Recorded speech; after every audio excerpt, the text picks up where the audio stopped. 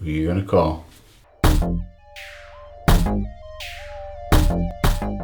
I'm trying a little something different with the camera setup. We'll end up seeing how this looks. But in any case, guys, new Ghostbusters movie is out, and I'm not talking about it yet. What I am going to talk about is something that I've been putting off for a while because I've been working my way through the entirety of the real Ghostbusters cartoon. I have the entire box set, every episode. Finally got through it. This is not an overview of that series. I do plan to do that at a later date. This is top 10 real Ghostbusters episodes. I've gone through them. There's some fantastic episodes. When this show was good, it was great. So let's get right into it. Starting with number 10, Standing Room Only. This is one of the later episodes, which just goes to prove that even though many fans will say that once it became Slimer and the real Ghostbusters, it went to heck, not true. They did still get some good episodes out during that time, and this was one of them. There's sort of two stories going on at once in this. On the one hand, you've got Peter trying to create a device that will actually attract the ghosts to them so they don't have to go out and hunt them all the time. And then at the same time, you have the rise of this huge ectoplasmic entity called Mikra. And what this thing does is it feeds off of other ghosts, which means that by consolidating a whole bunch of ghosts into one place, like Peter's trying to do, all he's managed to do is attract this huge,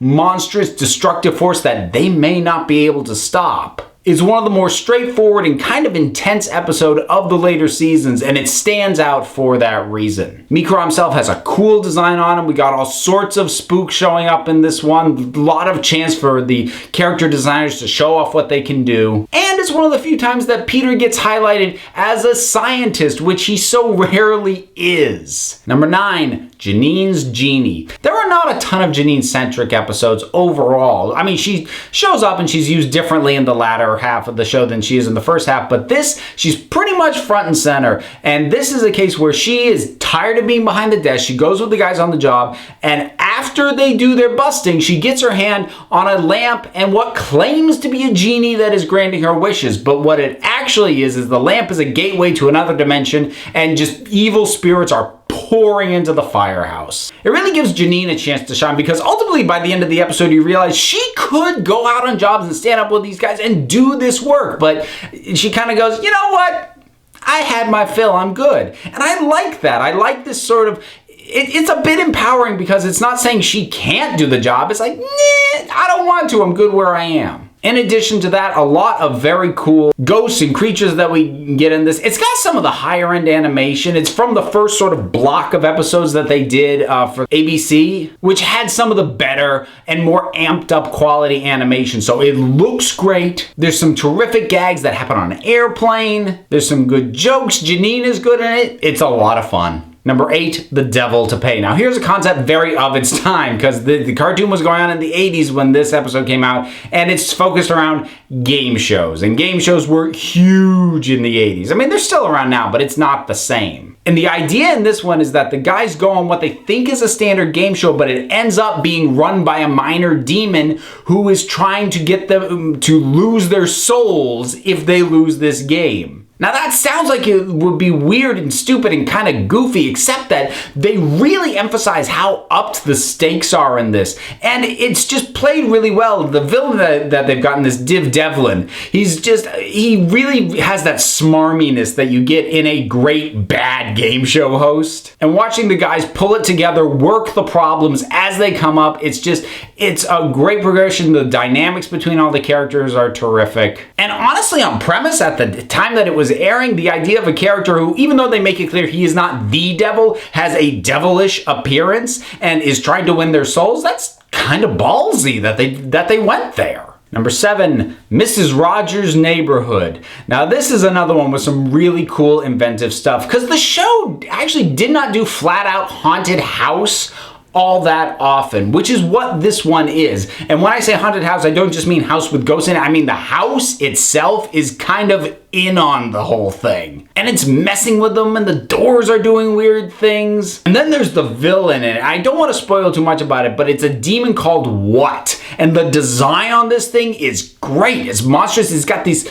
sort of beak thing, but it just looks like just these protruding gums and teeth and And there's some great creepy stuff that happens towards the end when a character gets possessed. And like the show, especially early on, was not afraid to get kind of scary the way the movie got scary. And this episode does that very well. Number 6, Egon on the Rampage. This is another one. Premise sounds goofy, but they just played it just right. Idea in this one, and actually it's the framing device that kind of makes this, because the premise itself is it's fine. It would have been a good standard episode, but it's presented like a segment of a news program where you've got these newscasters they're jerk newscasters, and they bust their way into the firehouse, and they're demanding, we want to see what's going on in here. And it's framed like through that. What you're seeing is what they're broadcasting. So they get some good digs in on sort of, news media of the time, and some of which is still surprisingly relevant, but they get some cool jokes, some cool digs in on that. And then the idea is that one of Egon's equipment goes wrong and he ends up possessed, and he kind of hulks out. He's, this big monstrous purple version of Egon just going crazy. And that's a fun enough idea in and of itself. But like I said, between that and the framing device of this BS newscast that's going on, it's a really nice marriage, and the two things work off of each other really well. Number 5, the Collect Call of Cthulhu. You know what? I'm so glad this episode was as good as it was, because on title alone, I'm like, oh, please be good, because I just love saying that. The Collect Call of Cthulhu. Yeah, they bring in the Lovecraftian horror, the big one, and the Ghostbusters take him on. And it's like legit too, with like the cults worshiping Cthulhu and all that. And, Cthulhu looks great. He's huge, he's monstrous, he's in keeping with what people tend to think of when they think Cthulhu, and he's treated with the gravitas that you would want for something like this. He's not treated as a one-off gag or like just a monster of the week. Like, no, this is a big problem. So it's given the weight and that sort of this could be the end of the world thing. And the funny thing is, most of the best episodes of the show tend to have the high, really raised stakes. And this one has that, and it's Cthulhu in Ghostbusters. How can you go wrong? Number 4, Knock Knock. Another one that's really the stakes make it. Basically, there is a door in the subway that, if it gets opened, sets off doomsday, and it gets opened ahead of schedule, and the Ghostbusters have to deal with it. And there's just sort of this spillage of all these supernatural things going on in the subway, which lends itself to some funny little gags and some cool visuals. And then, of course, like I said, raised stakes, high stakes. I think this show just does so much better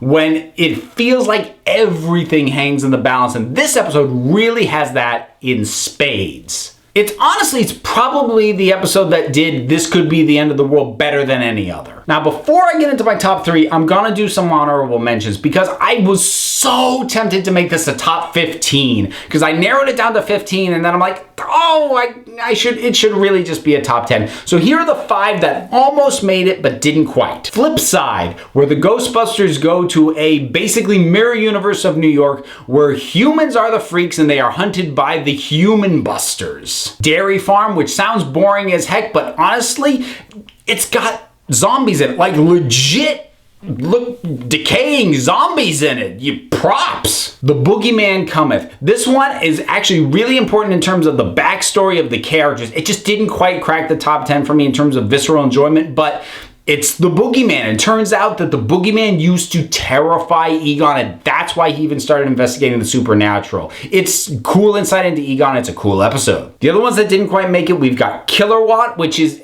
honestly just a whole lot of fun. You've got Possessed Machinery, which is some great visuals. And then finally, the last honorable mention I want to give out is Janine, You've Changed, which is the episode where they basically hang a lampshade on the fact that they visually redesigned Janine and recast her voice. And it's kind of cool that there's an in-continuity acknowledgement that not only did it happen, but somehow the characters never noticed up to then. And it's kind of a cool way to deal with that. But getting back to the list proper, I had such a hard time ordering these top 3, as is usually the case when I do a top 10, and I would bet money if I did this again, I might switch these 3 around, but this is the order I landed in for right now. Number 3, Citizen Ghost. This is the story of why Slimer is their friend, even though he was not in the original movie. I don't know how well known this episode is, but it's a really cool explanation of how we got from he was the creepy little spud who slimed Peter in the hotel to he's basically their pet. So it deals with Slimer's integration into the Ghostbusters, and it's got some cool things that they have to deal with anyway, with these sort of spectral doppelgangers. They're sort of ethereal and creepy. It's great antagonists, and it's a cool background on Slimer and how we got to what the status quo of the show is. Coming up so close to the top, number 2, When Halloween Was Forever. Sam Hain, the spirit of Halloween, one of the only recurring villains on this show, and there is a good reason. He is awesome. He's spooky, he's creepy, he's got a great voice. He's visually just iconic as heck. And again, wonderful variety of creatures in this. The designers got to go nuts on this one, and it just looks great. And some genuinely scary designs on some of these things too. This is a show you would expect a killer Halloween episode on, and this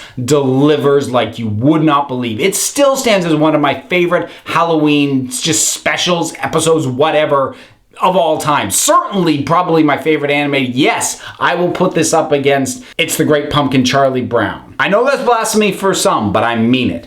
It does not quite make my number 1 though, because my number 1 had one of my favorite villains who initiated some of my favorite scenarios. Again, the designers got to go nuts and just give us so many awesome visual stuff. It's got the high-end visuals that you got from the early ABC episodes, and that is Mr. Sandman, Dream Me a Dream. What a random, odd idea. The Sandman who helps people go to sleep with magic dust suddenly decides, you know what?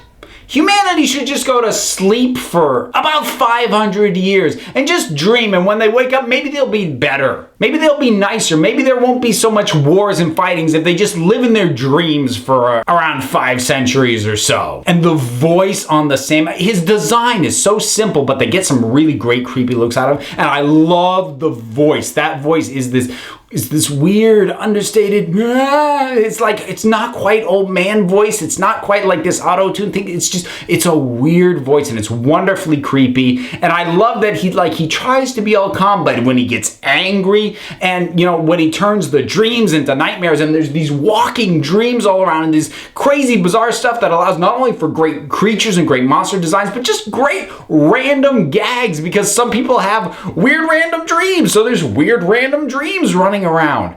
This is my favorite episode of one of my favorite cartoons. But it didn't have to be yours. So what is your favorite episode? Whatever it is, or if you just want to slag me off because you think my list was crap, drop something down in the comments. Let's talk about it. Don't forget to like, subscribe, check me out on Twitter at Council of Geeks. Give a listen to the Council of Geeks podcast on iTunes and Stitcher. And until next time, this council is adjourned.